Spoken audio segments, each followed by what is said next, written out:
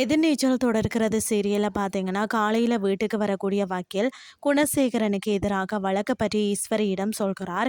படித்து முடிச்சதுமே நாச்சியப்பன் அவரது மகள் ஜனனியை தான் இந்த வீட்டுக்கு கல்யாணம் பண்ணி கொடுத்துட்டாரு.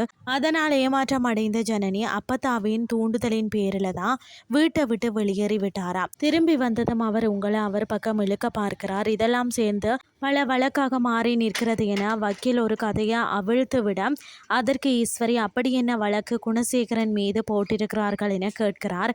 அதையெல்லாம் விளக்கமாக சொன்னால் உங்களுக்கு கன்ஃபியூஸ் ஆகிடும் என சொல்லி எஸ்கேப் ஆகிறார் வக்கீல். இப்போ நான் ஒரு விஷயம் தான் கேட்கிறேன். குணசேகரன் சாருக்கு எதிராக உங்களுக்கு எந்த பிரச்சனையும் இல்லைன்னு வாக்கு மூலமாக நீங்கள் எழுதி கையெழுத்து போட்டு கொடுத்தோ அதை நான் வாங்கிவிட்டால் எல்லாமே சமாதானமாக போயிடும்.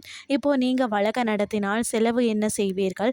குணசேகரன் சாருக்கு எதிராக வழக்கு நடத்த அவரிடமே காசு வாங்க முடியுமா என்று கேட்கிறார்.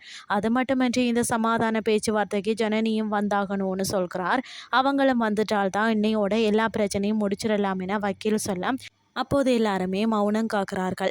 இதுதான் இன்றைய நாளுக்கான எபிசோட்.